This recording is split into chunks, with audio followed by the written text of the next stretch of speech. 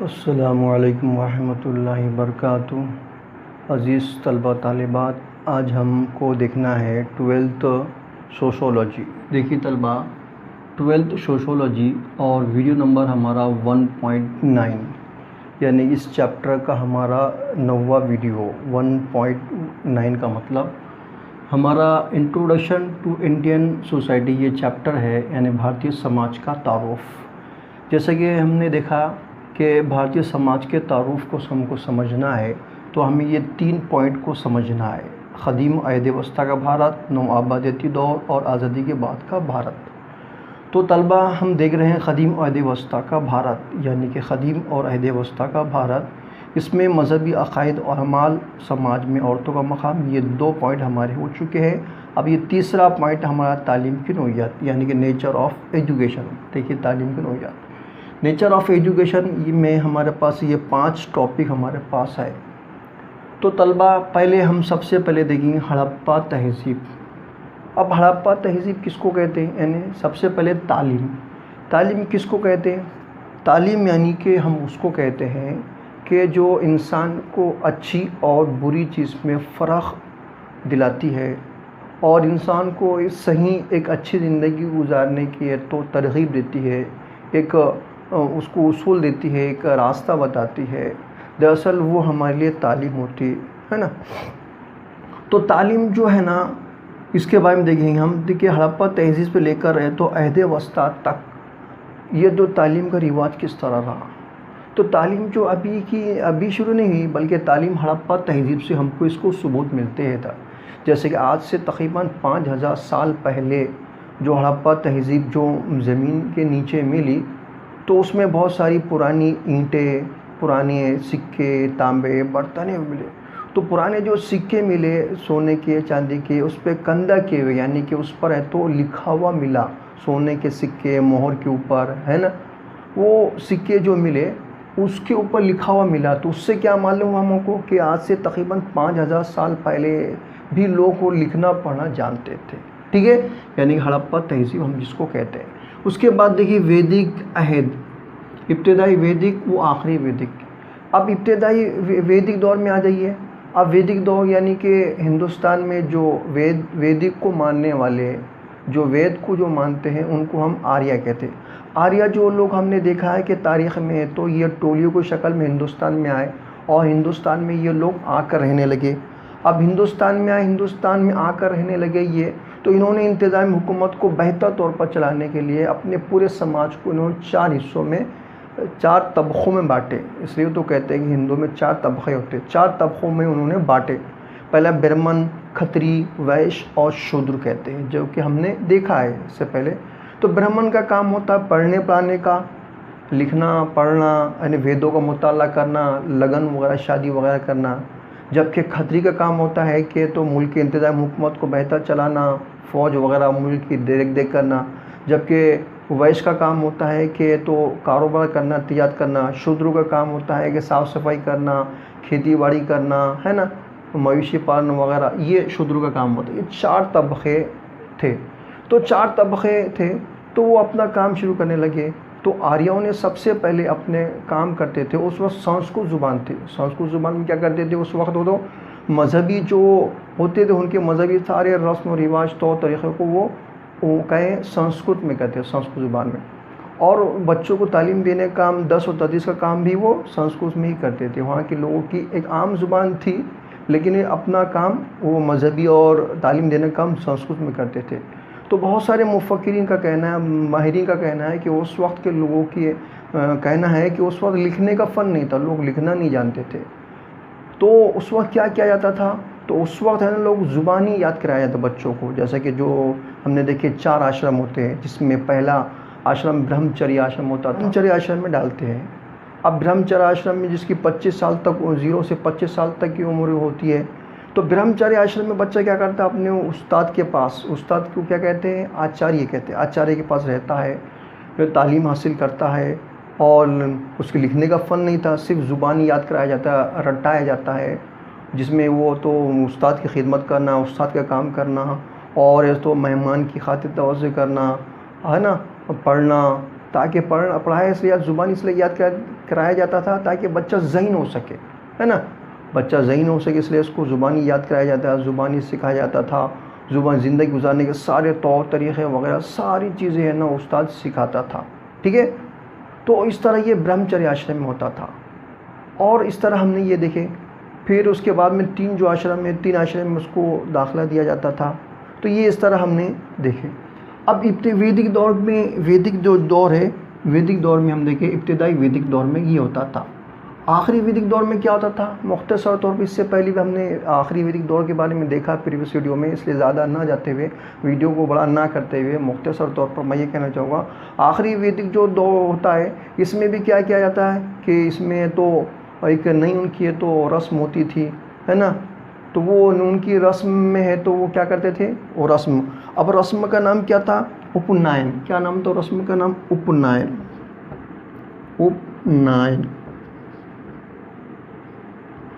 ان کی یہ اپنائن رسم ہے تو اس میں ہے تو عورتوں کو ہے تو داخلے پر پابندی لگا دی تھی، یہاں تک کہ عورتوں کو تعلیم حاصل کرنے کی تعلیم حاصل کرنے پابندی لگا دی تھی، اور ان سے بہت ساری قربانی لی جاتی تھی، ہے نا، اور اس طرح ان پر بہت سارے ظلم و ستم ہوتے تھے جو کہ ہم نے پریویس میں پڑھا ہے۔ تو اس طرح یہ آخری ویدک دور میں بھی ہم نے دیکھا۔ اب ہمیں دیکھنا ہے کہ بدھ مذہب اور جین مذہب۔ اب بدھ مذہب اور جین مذہب یہ بہت پرانے مذہب، اور یہ مذہب کا وجود اس لیے ہوا کہ تاکہ ہندو مذہب میں جو برائیاں ہے اس کو ختم کی جا سکے اور اس میں اصلاح کی جا سکے، اس لیے بدھ مذہب اور جین مذہب یہ وجود میں ہے۔ تو جین مذہب سب سے پرانا مذہب، جس کا تو وردھمان مہاویر جو 24ویں تیرتھنکر ہے، اور بدھ مذہب کے تو گوتم بدھ ہے، انہوں نے ہندو مذہب میں پائے جانے والی برائیوں کے خلاف کیا ہو گیا، انہیں آواز اٹھائے۔ تو اس وقت کا ان کا جو آشرم ہوتے تھے، اور آشرم میں کیا کیا جاتا تھا کہ جو لوگ تعلیم حاصل کرتے، یعنی کہ جس کو سنگھ کہتے ہیں ہم، سنگھ، ان کا جو سنگھ ہوتا تھا، وہ سنگھ میں تو جو تپسیا کرتے تھے، جو ان کے ممبران ہوتے تھے، شاگرد ہوتے تھے، آدمی اگر ہوتا تھا تو اس کو تو بھککو کہتے تھے، عورت ہوتی تو اس کو بھککو نہیں کہتے تھے۔ تو دونوں لیکن الگ الگ دونوں کو رکھا جاتا ہے، دونوں یعنی کہ ان کو جیسا کہ ہم مدرسے میں دیکھتے ہیں نا، مدرسے میں بچے تعلیم حاصل کرتے، حافظ عالم بنتے ہیں، ان کا کھانا پینا رہنا سب وہیں پر ہوتا۔ اسی طرح اس وقت بھی یہ سنگھ میں تو سارے لوگ بھککو نہیں رہتے تھے، ایک ہی مدرسے میں رہتے تھے، لیکن الگ الگ رہتے تھے، ان کا کھانا پینا رہن سہن ساری چیزیں ان کے تو سنگھ میں ہی ان کا ہوتا تھا، ٹھیک ہے۔ بدھ مذہب اور جین مذہب۔ اب ہم نے دیکھے بدھ مذہب اور جین مذہب کی جو یونیورسٹی تھی تکشیلا اور نالندہ، کون سی، تکشیلا اور نالندہ، ان کی یہ دو یونیورسٹی تھی جو کافی مشہور یونیورسٹی ہے، بہت ساری ہم نے دیکھے تاریخ میں بدھ مذہب میں کہ اور جین مذہب میں اس وقت کی جو عالمہ ہوتی تھی تو وہ عالمہ بھی تعلیم حاصل کرتی تھی۔ یہ تکشیلا اور نالندہ یونیورسٹی کافی تاریخ مشہور ہے۔ اس کے علاوہ ہے نا، ہندوستان کے علاوہ دنیا کے دوسرے ملکوں کے لوگ بھی تو یہاں پر تعلیم حاصل کرنے کے لیے آتے تھے، لیکن آج یہ یونیورسٹی نہیں ہے۔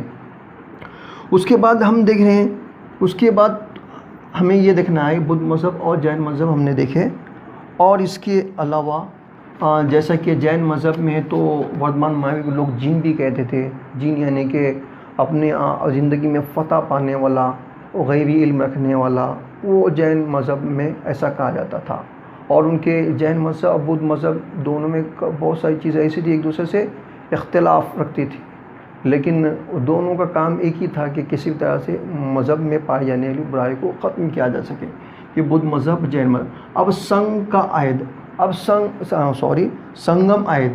اب سنگم عہد یعنی کیا ہے، جو کہ ہم نے پریویس میں دیکھے کہ سنگم عہد میں تو بہت سارے اس دور میں ہے نا، یہ دور میں بہت سارے غیر مذہبی کام کیے جاتے تھے، ہے نا، جیسے کہ تو سنگ میں جیسے یہاں پہ دیکھیں ہم نے حساب کتاب، نجوم، اجرامی فلکی، تاریخ، جغرافیہ، ہے نا، ایسی بہت ساری جو ہے تو فن کے کام سکھائے جاتے تھے، جو کہ کسی مذہب سے جس کا کوئی واسطہ نہیں تھا، بلکہ لوگوں کو ہے نا بہت سارے فن اور بہت ساری چیزوں سے واقف کروایا جاتا تھا۔ اس کے بعد دیکھیے ہم بدھ مذہب۔ اب اس کے بعد ہم کیا دیکھیں، مذہب اسلام، مذہب اسلام عہد وسطیٰ۔ اب مذہب اسلام کے بارے میں یہ تو ہم کو اچھے سے معلوم ہے۔ اب مذہب اسلام جو ہے دنیا کا ایسا مذہب ہے، سب سے زیادہ لوگ اسی پر عمل کرنے والے لوگ ہیں، اور مذہب اسلام میں تعلیم کو بہت زیادہ اہمیت دی ہے۔ عہد وسطیٰ کے دور میں قرآن پر بہت زیادہ زور دیا جاتا تھا، پہلے بھی، ابھی بھی، اور آج بھی دیا جاتا ہے۔ اور اس مذہب اسلام کے جو ہے تو جناب محمد مصطفیٰ صلی اللہ علیہ وسلم یہ رسول ہے، نبی ہے، انہوں نے تعلیم پر بہت زیادہ اہمیت دی۔ تعلیم جیسے کہ حدیث بھی طلب العلم فریضۃ علی کل مسلم و مسلمہ، یعنی تعلیم کا حاصل کرنا ہر بالغ مرد اور عورت پر کیا ہے؟ فرض ہے، یعنی تعلیم کرنا سب کو فرض ہے نا، بچہ ہے، بوڑھا ہے، جوان ہے نا، عورت ہے، آدمی، سب کو تعلیم کرنا فرض ہے۔ سو تعلیم پر انہوں نے سب سے زیادہ اہمیت دی تھی۔ اس وجہ سے تو تعلیم کو یہاں پر ہے نا 3 حصوں میں یہاں پہ اس کے تعلیم کے اصول 3 بتائے گئے۔ ایک مکتب، بچہ جب پیدا ہوتا ہے نا، جب 4 سال کا ہو جاتا ہے، بچہ جب بولنے لگتا ہے تو 4 سال کا ہوتا ہے تو اس کو مسجد میں تو ایڈمیشن دلوایا جاتا ہے، مکتب میں اس کا۔ اب جیسے کتاب میں دیا ہے مدرسہ، یعنی کہ مسجد میں ایڈمیشن لیتا ہے، لیکن یہ کتاب میں کچھ غلط آیا ہوا ہے، مس پرنٹ بھی ہو سکتی ہے، ایسا نہیں کتاب میں غلطی نہیں ہوتی۔ تو مدرسہ مکتب میں ہونا چاہیے، مسجد کا ہونا چاہیے، مکتب میں ہونا چاہیے۔ تو مکتب، بچہ جب 4 سال کا ہوتا ہے تو وہ کیا کرتا ہے؟ مسجد میں جاتا ہے، مسجد میں قاعدہ پڑھتا ہے، الف با سیکھتا ہے، قاعدہ پڑھنا سیکھتا ہے، قرآن شریف نازلہ سیکھتا ہے، یہاں تک کہ حفظ بھی کر لیتا ہے وہ، اور دعائیں سیکھتا ہے، زندگی کے سارے نماز کا طریقہ وغیرہ سب مکتب میں کیا کرتا ہے؟ وہ سیکھتا ہے، مکتب میں ابتدائی تعلیم۔ پھر بچہ مدرسے میں جاتا ہے، جب وہ 8 9 10 سال کا ہو جاتا ہے تو مدرسے میں اس کو ایڈمیشن دلوایا جاتا ہے۔ مدرسے میں بچہ حفظ بھی کرتا ہے، عالم بھی بنتا ہے، مفتی بھی بنتا ہے، اور یہاں تک کہ پھر ہے تو زراعت، حساب کتاب، نجوم، اجرامی، فلکی، یعنی کہ تاریخ، جغرافیہ، اسلامی قوانین وغیرہ، زندگی میں پیش آنے والی تمام علم کو کیا کرتا ہے؟ وہ مدرسے میں یعنی اعلیٰ تعلیمی کیا کرتا ہے؟ وہ حاصل کرتا ہے۔ پھر اس کے بعد خانخواہ۔ اب اس کے بعد خانخواہ کو لیجئے۔ اب خانخواہ میں یعنی دینی تربیت، جیسے کہ خانخواہ کا کام ہوتا ہے، جیسے کہ بہت ساری درگاہ شریف ہوتی ہے اور بہت ساری ایسے ادارے ہوتے ہیں جہاں پر تو خاص تعلیم دینے کے لیے، تو عہد وسطیٰ کے دور کی بات کر رہا ہوں میں۔ عہد وسطیٰ کے دور میں بہت سارے ایسے تعلیمی ادارے ہوتے ہیں جہاں پہ تو فرد کو تو تعلیم دی جاتی ہے، پڑھنا نہیں آتا تو پڑھنا سکھایا جاتا ہے، دنیا کے بہت سارے علوم سے واقف کرایا جاتا ہے۔ بہت ساری جیسے کہ درگاہ جس کو کہتے ہیں، درگاہ کے اطراف میں بھی بہت سارے درگاہ کے نام پر ہے تو تعلیمی ادارے قائم کیے جاتے ہیں، ہے نا، اور بہت سارے فن، موسیقی، ہے نا، مصور یعنی تصویر بنانا، موسیقی یعنی کہ گانا وغیرہ، نعت وغیرہ گانا، اور دوا سازی یعنی دوا بنانا، نجوم یعنی کہ یہ تو آپ کو پتہ ہے، جغرافیہ، علم انسان، حساب کتاب، ریاضی وغیرہ، زندگی گزارنے کے سارے فن اس میں کیا کیا جاتا ہے؟ یعنی یہ فن میں سکھایا جاتا ہے، خانخواہ میں سکھایا جاتا ہے۔ تو غرض کہنے کا مطلب ہے کہ عہد وسطیٰ کے دور میں جتنے بھی مذاہب گزرے، چاہے وہ ہندو مذہب ہو، چاہے وہ مذہب اسلام ہو، چاہے کہ بدھ مذہب ہو، چاہے کہ جین مذہب ہو، چاہے سنگم کے عہد میں ہو، ویدک دور ہو، ہڑپا تہذیب ہو، سب کا مقصد ایک ہی تھا کہ تعلیم دی جا سکے تاکہ فرد، چاہے عورت ہو کہ آدمی ہو، اپنی زندگی میں پیش آنے والے تمام حالات کا وہ بخوبی ہے تو حالات کو سمجھ سکے اور ایک اچھی اور بہتر زندگی گزار سکے۔ یہ عہد وسطیٰ کا دور میں کام کیا گیا تھا۔ لیکن ہم نے دیکھے بہت سارے ایسے بادشاہ بھی گزرے جنہوں نے خاص ہے تو عورتوں کے تعلیم پر زور نہیں دیا، انہوں نے صرف ہے تو اپنی سلطنت کو وسیع کرنے پر ہی زور دیا تھا، اور بہت سارا ظلم بھی ہوتا تھا، لیکن بعد میں دیکھے کہ اس کا اثر آنے والے سماج پر کس طرح ہوا۔ تو خیر ہم کو یہ دیکھنا ہے کہ تعلیم جو ہے عہد وسطیٰ کے دور میں، کون سے عہد وسطیٰ کے دور میں تعلیم کا رجحان، تعلیم کس طرح رہی، اس کو ہم نے یہاں پہ تو سمجھنے کی کوشش کی ہے۔ تو میں امید کرتا ہوں کہ ابھی میں نے آپ کو جتنا سمجھایا آپ کو سمجھ میں آؤں گا۔ اگر آپ کو سمجھ میں آئے گا تو اب ہماری اس یوٹیوب چینل سید اسلم انجمن کو لائک، سبسکرائب اور کمنٹس کرنا بالکل نہ بھولیے گا۔ اور اس کے بعد ہم ہمارا نیکسٹ ٹاپک میں سماجی زندگی اور شہر گری، اس کو ہم دیکھیں گے۔ ٹھیک ہے، اللہ حافظ۔